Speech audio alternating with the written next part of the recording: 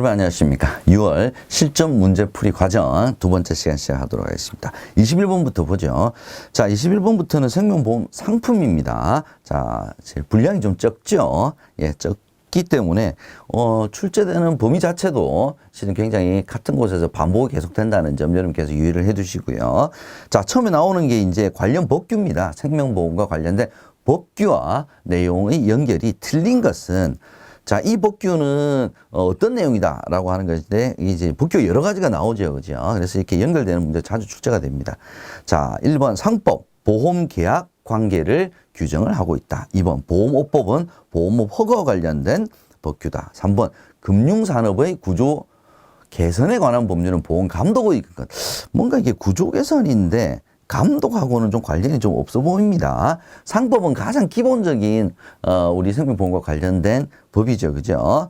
보험업법, 보험업의 허가, 금융위원회 설치에 관련된 법률과 같이 두 가지가 보험업 허가와 관련된 법규입니다. 그래서 여러분께서 잘 이렇게 암기를 못 하셨거나 아니면 연결 잘 안 되실 때는 이렇게 한 번씩 쭉 한번 읽어보시면 이 법규 자체의 명칭에서 내용 어느 정도 유출을 좀 해볼 수 있다라는 점에서 여러분께서 잘 한번 살펴봐 주시면 좋을 것 같습니다. 4번 같은 경우에도요, 자본시장과 금융투자업, 금융투자업과 관련된 우리 생명보험 상품은 변액보험이 거의 대부분이죠. 그래서 일단 틀린 것을 찾아라 그러면 구조 개선에 관한, 이거는 구조조정과 관련된 법률이다, 이렇게 보시면 될 것 같습니다. 그래서 일단 연결이 틀린 것은 정답은 3번이 되겠네요. 22번 다음 중 작성자 불이익의 원칙이 적용되는 생명보험 계약의 법적 특성은 무엇인가? 자, 작성자 불이익의 원칙, 딱 여러분께서 떠올리시는 게 뭡니까? 약관은 누가 작성합니까? 보험회사가 작성하죠. 그래서 보험회사 입장에서는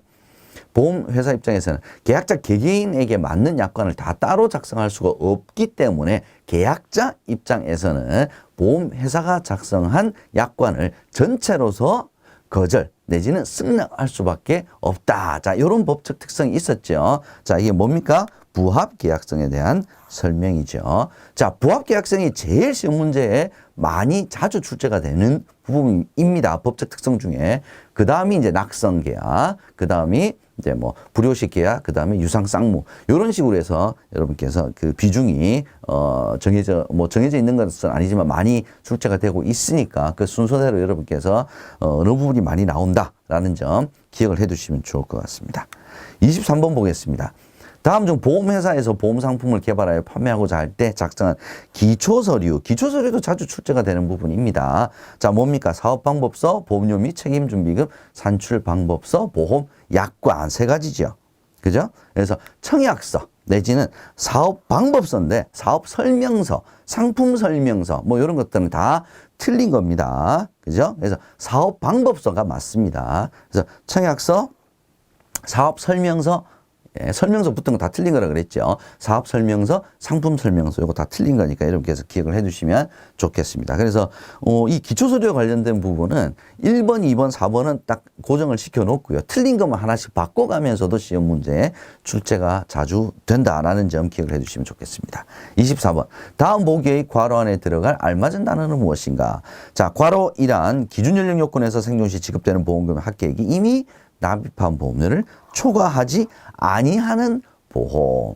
이건 뭐 굉장히 많이 나오는 거죠. 뭡니까? 보장성 보험에 대한 설명이죠. 저축성 보험은 초과하는 보험이 저축성 보험이 되겠습니다.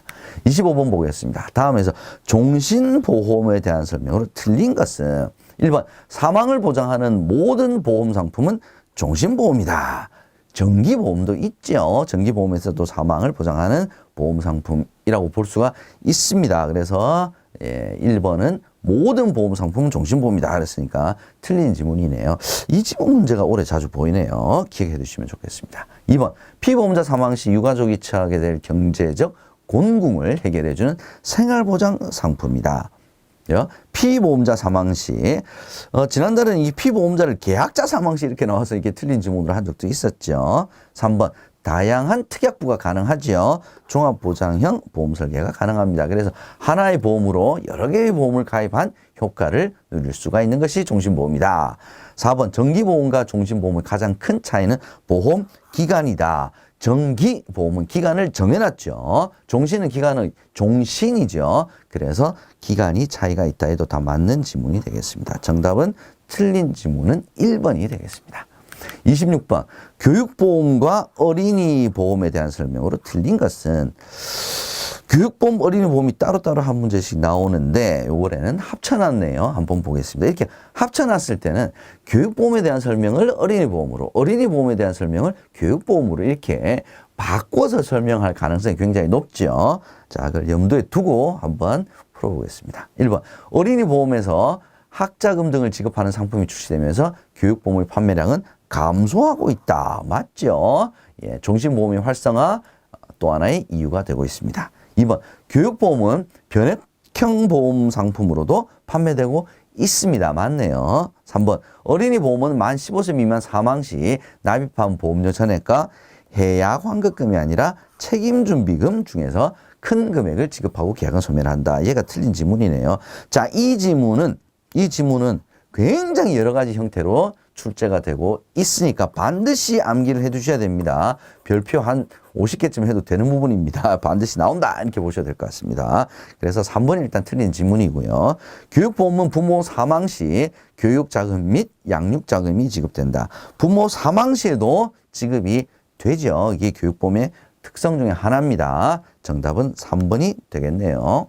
27번 다음 중 장애인 차별금지 및 권리구제 등에 관한 법률에 따른 보험회사의 장애인 보험가입 시, 자, 보험회사의 장애인 보험가입 시 위반 행위 사례에 해당하지 않는 것을, 적법한 것을 찾는 거네요. 1번, 비장애인과 다른 심사 절차를 거쳐 보험에 가입할 수 있도록 했다. 자, 장애인과 비장애인, 장애인 차별금지, 이건 다 뭐냐면 똑같이 하라는 소리입니다. 똑같이 하란 소리입니다. 그죠? 그래서 다른 심사 절차, 이게 틀린 거죠. 다르게 하지 말라는 소리입니다. 동일한 심사 절차, 동일한 심사 기준을 적용을 하라는 것이고요. 다만 장애인 전용 보험인 경우에는 보험료를 좀 할인을 해준다든지 조금 저렴하게, 아니면 이제 장애인 전용 연금보험인 경우에는 일반 연금보험보다 이제 장애인들이 평균 수명이 조금 일반인 비해서 짧기 때문에 연금액을 더 많이 지급한다는, 이렇게 우대는 할 수 있지만 다른 기준에서는 절대 차별화해서는 안 된다. 동일하게 가져야 된다가 가장 중요한 핵심이 되겠습니다. 그래서 1번은 다른 심사 절차를 거친다 그랬으니까 얘는 위반 사례에 해당이 되겠습니다. 2번 장애인이라는 이유로 보험 가입을 거절하였다. 이것도 차별이죠. 얘도 위반 사항에 해당이 됩니다. 3번 최근 2년 이내의 암 경력을 이유로 보험 가입을 거절하였다. 자, 이 지문이 최근에 유사한 지문이 많이 나옵니다. 자, 최근 2년 이내에 암 경력이 있었습니다. 이건 비장애인이든 장애인이든 똑같이 보험회사 입장에서는 보험 가입을 거절할 수 있는 사유에 해당이 됩니다. 똑같이 심사합니다. 심사 과정 자체를 생략하거나 우대를 하는 거 아닙니다. 그래서 3번 같은 경우에는 위반 사례에 해당되지 않습니다. 적법한 행위라고 볼 수가 있겠습니다. 일단 정답은 3번이 되겠고요. 4번은 어떤 차별이 있었는지 한번 보죠. 장애인이기 때문에 종신보험 가입 시 보험금을 보험금 감액 인수하는 것도 차별하는 거죠. 그래서 4번도 틀린 지문이 되겠습니다. 28번 다음 중 세제적격 연금저축의 특징, 세액공제 받을 수 있는 거죠. 에 대한 설명으로 틀린 것은 1번 보험료 세제 혜택이 있다. 납입 시 세제 혜택이 있죠. 금융기관 간 계약 이전 가능하죠. 일시에 납입하고 바로 연금액을 수령하는 것은 세제적격 연금저축이 아니라 일시납연금이죠. 그래서 일단 3번은 세제적격 연금에 대한 설명이 아닙니다. 자, 특별계정을 운영한다. 세제적격 특별계정을 운영하죠. 정답은 3번이 되겠습니다. 29번 다음 중 괄호 안에 들어갈 알맞은 것은 무엇인가? 자, 변액보험에 대한 설명이네요. 변액보험이란 보험금이 자산 운용에 대한 성과죠. 주식과 채권의 운용을 하니까 에 따라 변동하는 보험계약입니다. 유가증권 등에 투자하여 발생한 이익을 배분해주는 실적 배당형 보험을 의미한다. 얘도 굉장히 기본적인 문제로서 자주 출제가 되는 부분이니까 기억을 해 두시기 바랍니다. 30번. 다음에서 생명보험 상품에 대한 설명으로 틀린 것은 최근의 추세는 30번, 40번 같은 경우에는 30번은 생명보험 상품, 40번은 재산보험 상품을 이렇게 묶어서 여러 개를 같이 출제가 되는 경향을 보이고 있습니다. 이 문제도 그런 유형입니다. 자, 한번 살펴보죠. 1번. 연금보험은 특별계정으로만 운영해야 된다. 세제적계 연금저축은 특별계정으로만 운영을 해야 되지만 일반적인 연금보험은 변액연금보험도 연금보험이거든요. 그죠? 자, 이런 경우는 특별계정 운영해야 되겠지만 일반 연금보험은 일반 계정으로 운영을 합니다. 그래서 일단 1번이 틀린 지문이 되겠고요. 2번, 종신보험은 유가족의 경제적 공공을 해결해주는 생활보장 상품이다. 이거 앞서서도 비슷한 지문이 있었죠. 3번, 종신연금형 연금보험은 연금 지급 개시 이후에는 계약을 해지할 수 없지요. 종신연금형 포함한 혼합연금형 도 연금 지급 개시 이후에는 계약을 해지할 수가 없습니다. 4번 교육보험은 부모 생존 시에도 학자금, 교육자금을 지급하는 저축성 보험 대표적인 거죠. 그래서 정답은 틀린 지문은 1번이 되겠습니다. 자, 31번 이제 재산보험 한번 보겠습니다. 다음 중 재산보험에 대한 설명으로 틀린 거 어떤 게 틀렸을까요? 1번 생명보험의 정액보상적 성격 가지고 있습니다. 실손보험의 실손보상적 성격 가지고 있습니다. 어디에도 한 군데도 속하지 않기 때문에 회색지대, 그레이존에 위치하는 보험이다. 다 맞는 지문이네요. 그럼 일단 4번이 틀렸겠네요. 뭐가 틀렸는지 보죠. 생명보험회사와 손해보험회사는 재산보험업을 겸용할 수 있죠. 보험업법에서는 생명보험회사, 손해보험회사 중에 전 보험 종목별을 다 허가를 받은 회사인 경우에는 재산보험업을 겸용을 할 수 있도록 허용하고 있습니다. 그래서 겸용할 수 없다 그랬으니까 4번이 틀렸네요. 32번. 다음 중 질병사망특약 설계. 자, 손해보험회사 같은 경우에는 질병사망특약에 설계를 할 때 80세 미만 개인당 2억 원. 자, 이런 기준이 있었죠. 조건이 있었습니다. 단 생명보험회사는 이러한 요건이 없습니다. 그래서 1번 예, 생명보험에서 90세 만기 보험 5억 원, 이거 다 가능한 겁니다. 그죠? 예, 가능한 거죠. 2번, 손해보험회사에서 90세 만기는 질병사망특약으로는 아까 80세 만기라 그랬죠. 허용이 안 됩니다. 화재보험회사 80세 만기. 자, 화재보험회사는 손해보험회사가 아닙니다. 그죠? 그래서, 화재보험회사는 질병사망특약 자체를 설계할 수 없다. 이렇게 생각하시면 될 것 같습니다. 4번, 손해보험회사 80세 만기 일단 안 되죠. 예, 그래서 정답은 1번이 되겠습니다. 생명보험회사는 질병사망특약 설계에 제한 요건이 없다. 이렇게 보시면 됩니다. 그럼 제한 요건이 있는 것은 뭡니까? 손해보험회사 80세 미만 개인당 보험금액 2억 원 이하 이렇게 되어 있습니다. 33번. 다음의 보기 내용에서 재산보험에 대한 맞는 설명, 맞는 거를 모두 고르는 거네요. 가. 손해보험회사의 질병사망특약의 만기 환급금은 납입보험료 합계 이내여야 한다. 이게 맞는 지문이네요. 자, 80세 2억 원, 그 다음에 만기 환급금은 납입보험료 합계 이내. 요 세 가지가 질병사망특약 요건이 되겠습니다. 재산보험은 정액보상, 실손보상 모두 가능하다. 이 대표적인 특징 중에 하나죠. 상법에는 간병보험 관련 규정이 상법에는 간병보험 관련된 규정만 반영되어 있지 않다. 이렇게 돼 있죠. 틀린 지문입니다. 상해와 질병이 함께 보장되는 종합형 상품이 대부분이다. 인데 판매되지 않는다 그랬으니까 둘 다 틀린 지문이 되겠네요. 정답은 가와 나가 되겠습니다. 34번 보겠습니다. 다음 중 상해보험에서 보상되는 담보, 상해보험에서 보상하는 경우가 어떤 거냐 이걸 찾는 거네요. 급격히 진행된 질병, 질병과 상해는 상관이 없죠. 2번 상해사고의 결과로 발생된 질병. 자, 상해사고가 원인이 돼서 발생된 질병은 상해사고로 비롯된 것이기 때문에 얘는 보상 가능하죠. 질병이 원인이 되어서 상해가 발생했다. 얘는 원인이 질병이기 때문에 상해보험에서 보상하지를 않습니다. 신체허약은 뭡니까? 상해사고가 아니죠. 그죠? 신체허약은 질병에 오히려 가깝기 때문에 얘도 보장하지 않습니다. 정답은 2번이 되겠습니다. 35번. 다음의 보기의 괄호 안에 들어가 알맞은 숫자는 무엇인가? 보기 한번 보죠.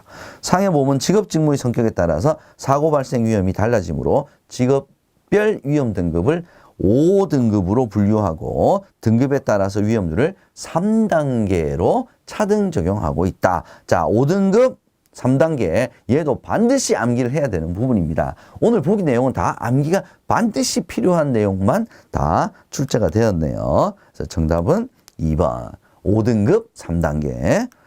자, 다음 36번 질병보험에 대한 설명이네요.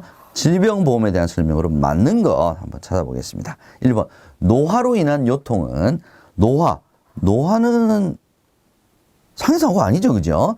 질병에 해당하는데 질병에 해당하지 않는다 그랬으니까 1번은 틀렸네. 노화로 인한 요통은 질병이죠. 2번 질병의 경우 외래성은 인정하지 않는다. 외래성을 인정하는 것은 상해죠, 그죠? 자, 2번은 일단 맞는 지문이네요. 3번 물건을 들다가 허리를 다친 경우는 상해네요, 그죠? 질병에 해당하지 않습니다. 상해에 해당이 되죠. 4번 노화로 인한 건강 훼손은 질병에 해당이 되는 건데 해당하지 않는다 그랬으니까 4번도 틀린 지문이 되겠습니다. 정답은 2번이 되겠습니다. 37번 암보험에 대한 설명이네요. 암보험에 대한 설명으로 맞는 것 한번 찾아보겠습니다. 1번 암보험은 도덕적 해이 발생 가능성이 높죠. 그래서 면책기간을 부여하고 있습니다. 1번 틀렸고요. 2번 2019년부터 특약으로만 판매되고 있다. 이게 실손의료보험이 이게 주계약으로만 판매되고 있다. 그 다음부터 이런 지문들이 암보험이나 질병보험에서도 한 번씩 언급이 되고 있습니다. 암보험은 특약, 주계약으로 둘 다 판매가 되고 있고요. 주계약으로만 판매되고 있다는 실손의료보험에 대한 얘기죠. 얘도 틀린 지문이네요. 3번 암으로 인한 요양자금도 보장을 합니다. 요양까지 포함이 됩니다. 그래서 일단 정답은 3번이네요. 만기 환급형으로는 설계할 수 없다. 얘도 틀렸죠. 우리나라 보험 상품은 거의 대부분 사망보험부터 시작을 했어요. 해서 질병보험 같은 경우에도 재산보험 같은 경우에도 만기 환급형으로 설계를 하는 것이 거의 대부분입니다. 많습니다. 그래서 이 지문은 어떤 상품에서 이 지문이 나오더라도 만기 환급형으로 설계할 수 있다라고 여러분께서 기본적으로 생각을 해 주시면 훨씬 더 문제 푸시는 데 쉬우실 것 같습니다. 38번 보겠습니다. 다음 중 실손의료보험의 보험료 차등 적용. 자, 이게 비급여 때문에 차등 적용하겠다라고 나온 거죠. 비급여를 워낙 많이 사람들이 신청을 하다 보니 이제 비급여 사용량에 따라서 차등 적용하겠다. 보험료를 더 이제 높일 사람, 많이 비급여 신청하는 사람은 많이 보험료를 올리겠다 이거죠, 그죠? 그런데 이런 사람들은 차등 적용에서 제외하겠다라는 게 있었습니다. 자, 이 문제는 그렇게 자주 나왔던 문제는 아니에요. 그래서 제가 설명을 드리는 겁니다. 자, 어떤 사람들에게 그러면 차등 적용을 제외하겠느냐? 그럼 상식적으로 중병이신 분, 그 다음에 의료비가 굉장히 많이 드는, 뭐 중대질병이 많이 들겠죠. 뭐 암이라든지 뇌혈관 질환이라든지 심장 질환이라든지 이제 이런 경우는 차등 적용에서 제외합니다. 그래서 보험료를 올리지 않겠다 이렇게 보시면 될 것 같고요. 그 다음에 이제 장기 요양 등급이 굉장히 좀 이제 판정이 좀 높으신 분들, 뭐 이런 분들에게는 보험료 차등 적용을 안 하겠다 이렇게 되어 있습니다. 자, 그런 상식적인 내용을 생각을 하면서 차등 적용 제외 대상에 해당하는 사람이 어떤 사람들이냐? 1번 국민건강보험법상 산정 특례 대상자, 암질환자, 심장질환 등. 자, 이런 중대질병 앓고 계신 분들에게는 차등 적용 안 하겠다. 이렇게 되어 있는 거죠. 일단 1번이 맞습니다. 근데 2번 같은 경우에는 노인장기요양보호법상 장기요양 대상자 중, 자, 등급 판정자예요. 등급 판정자인데 문제는 3, 4등급이라는 겁니다. 그래서 1, 2등급 판정자는 차등 적용하지 않겠다는데 3, 4등급의 판정자는 적용이 차등 적용 대상에 해당이 됩니다. 이 부분 기억해 두시고요. 국가유공자 등 예우 및 지원에 관한 법률에 의해 등록된 상위자.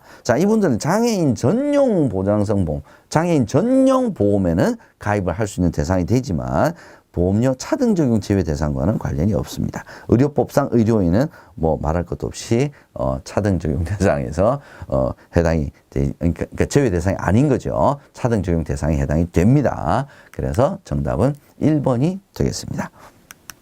39번 공적 장기 간병보험에 대한 설명으로 맞는 것 한번 찾아보겠습니다. 1번 민영 장기 간병보험보다 먼저 판매됐다. 이 질문도 굉장히 많이 나오는 거죠. 민영이 먼저 판매되었습니다. 민영이 먼저 그 다음이 공적이에요. 2번 만 60세 이상 노인을 대상으로 하는 것이 아니라 만 65세 기준이죠. 만 65세 이하라도 노인성 질병을 앓고 있는 경우에는 해당이 됩니다. 3번 장기간의 간병 요양 문제를 사회 연대 원리에 따라 국가와 사회가 분담하는 제도이다. 얘가 이제 도입 취지죠. 공적 장기 간병보험의 도입 취지입니다. 자, 이 문장도 자주 맞는 질문으로 출제가 되고 있으니 여러분께서 잘 기억을 해 주시면 좋겠습니다. 만 65세 이상이 되어야 보상을 받을 수 있다. 얘도 아까 제가 2번 지문 설명했던 내용과 같습니다. 나이가 되지 않더라도 이미 질환을 앓고 계신 경우에는 보상받을 수 있습니다. 정답은 3번이 되겠고요. 마지막 문제 보겠습니다. 재산보험 상품에 대한 설명으로 맞는 것 한번 찾아보겠습니다. 1번 생명보험 회사에서는 단체 실손을 왜 안 팔겠습니까? 당연히 판매를 하죠. 2번 간병보험은 장기요양 1, 2등급 판정을 이미 1, 2등급 판정을 받았는데 그때 가입이 가능하다. 이건 말이 안 되죠. 1, 2등급 판정을 받을까봐 실은 가입을 하는 거니까요. 그때 보상받기 위해서. 3번 사고 발생 위험성의 연령별 차이가 미미할 것으로 일반적으로 인정될 경우에는 단일률을 이용하여 보험료를 산출할 수 있는 재산보험이 존재하죠. 이게 뭡니까? 이게 상해보험이죠. 상해보험. 단일률, 분단율을 이용하여 상해보험 같은 경우에는 보험료를 산출할 수 있습니다. 4번 상해보험의 보험기간은 일반적으로 10년 이상은 질병보험이고요. 상해는 1년 이상이다 라고 해야 맞는 질문이 되겠습니다. 그래서 정답은 3번이 되겠습니다. 자, 이렇게 해서 6월 실전 문제 풀이 과정 여러분과 함께 했습니다. 전반적으로 좀 특이한 문제도 잘 안 보였던 문제도 좀 있었고요. 그 다음에 기본에 충실하면 누구나 맞출 수 있는 문제들도 실은 좀 있었습니다. 그래서 여러분들 너무 어렵게 생각하지 마시고 일단 기본 문제부터 여러분께서 확실히 내용을 파악하신 다음에 추가로 이렇게 하나씩 얹어가시는 그런 스텝으로 가신다면 시험에서 아주 좋은 결과가 있지 않으실까라는 팁 말씀드리면서 강의 마치도록 하겠습니다. 여러분 고생하셨습니다.